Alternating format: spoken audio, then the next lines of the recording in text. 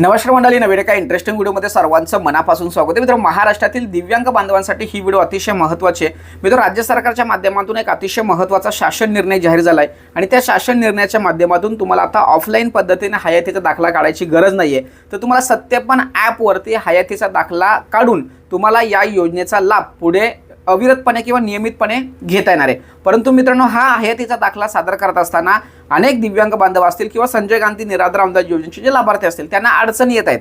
त्यामध्ये अतिशय महत्त्वाची अडचण म्हणजे काय, तर त्या ठिकाणी बेनिफिशियर नॉट रजिस्टर असा एक एरर येतोय. एक लक्षात ठेवा, ही तांत्रिक अडचण आहे.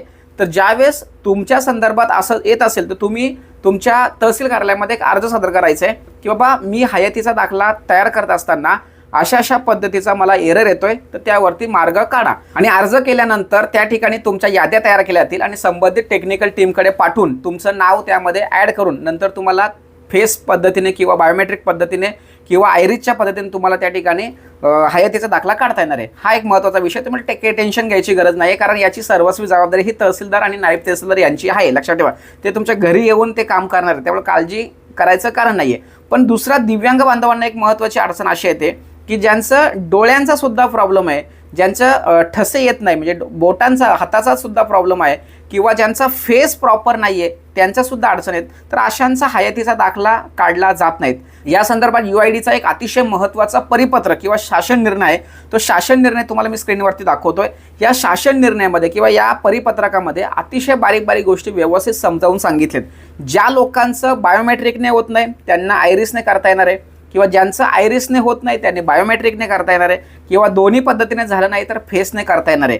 पण जर समजा तुम्हाला हे काम करत असताना तरीही प्रॉब्लेम येत असेल तर तुम्हाला आधार सिस्टममध्ये, म्हणजे तुमचं जे आधार कार्ड तुम्ही जे काढताय त्या आधार कार्डमध्ये तुम्हाला बायोमेट्रिक एक्सेप्शन हा एक ऑप्शन आहे. तो तुम्हाला त्या ठिकाणी त्या पद्धतीने तुमचं आधार कार्ड अपडेट करून घ्यायचं आहे. आता जर ज्यांना डोळ्यांचा प्रॉब्लेम असेल, ठस्यांचा प्रॉब्लेम असेल, फेसचा प्रॉब्लेम असेल, तर त्यांनी आधार कार्ड सेंटरवरती जायचं आहे आणि त्यांना ह्या सगळ्या गोष्टी सांगायच्या आहेत. तर ते त्या आधार सिस्टममध्ये बायोमेट्रिक एक्सेप्शन म्हणून एक ऑप्शन त्यांना दिलेला आहे, त्यावरती काम करून तुम्हाला तुमचं आधार कार्ड अपडेट करून देणार आहेत. लक्षात ठेवा. आणि हे अपडेट झाल्यानंतर तुम्हाला तिघांपैकी कोणताही एक ऑप्शन वापरून तुम्हाला त्या ठिकाणी हयातीचा दाखला काढता येणार आहे. परंतु अनेक लाभार्थी असे पण आहेत या तिघांचाही प्रॉब्लेम आहे, या तिन्ही गोष्टी त्यांना प्रॉब्लेमॅटिक असल्याने हयाती दाखला काढता येत नाही. तर अशा केसमध्ये त्या परिपत्रकामध्ये स्पष्टपणे सांगितलंय की ज्या दिव्यांग बांधवांना तीनही पद्धतीने हयाती दाखला काढता येत नाही त्यांना ऑफलाईन पद्धतीने फिजिकल व्हेरिफिकेशन, म्हणजे ऑफलाईन पद्धतीने व्हेरिफिकेशन होणार आणि मग तुमचा हयाती दाखला ऑफलाईन पद्धतीने त्या ठिकाणी जनरेट करून संबंधित विभागाला किंवा शासनाला पाठवलं जाणार. अशा पद्धतीचं UIDचं महाराष्ट्र शासनाला सूचना आहेत, त्यामुळे काळजी करायचं कारण नाही आहे. म्हणजे ज्या लोकांचा हयाती दाखला काढताना प्रॉब्लेम येतोय तर त्या प्रॉब्लेमला फेस करत असताना टेन्शन घ्यायची गरज नाही आहे. प्रत्येक गोष्टीवरती मार्ग आहे. आता ही जी लोक कर्मचारी आहेत तहसीलदार कार्यालयातील, ते तुमच्या घरी येतील किंवा त्या संदर्भात काही शिबिरं वगैरे लावतील किंवा तलाठ्यांना त्या संदर्भात काही सूचना देतील, किंवा जे काही तुमचे माही सेवा केंद्र असतील किंवा CSC सेंटर असतील त्यांना सूचना देतील आणि हे काम त्यांच्याकडून करून घेतलं जाणार. तुम्ही काळजी करायचं कारण नाही आहे.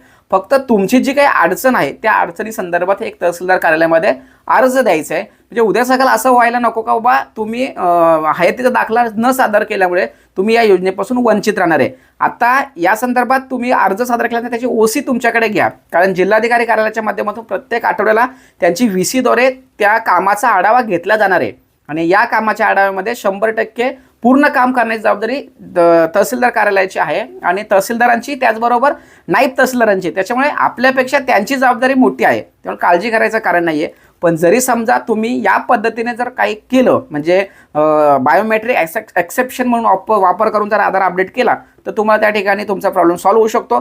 तरीही झाला नाही तर मात्र ऑफलाईन पद्धतीने तुमचं हे हयाती दाखला जनरेट करून त्या ठिकाणी तुमचं पेन्शन जे आहे ते पेन्शन पुढे नियमित स्वरूपामध्ये राहील. काळजी करायचं कारण नाही. त्या संदर्भात केंद्र सरकारचं UIDचं एक महत्त्वाचं पत्रक आहे, ते पत्रक सुद्धा मी तुम्हाला स्क्रीनवरती दाखवलं आहे. अशा पद्धतीने मित्रांनो एक महत्त्वाची माहिती होती, सर्व दिव्यांग बांधवांपर्यंत पोहोचवण्यासाठी सहकार्य करा.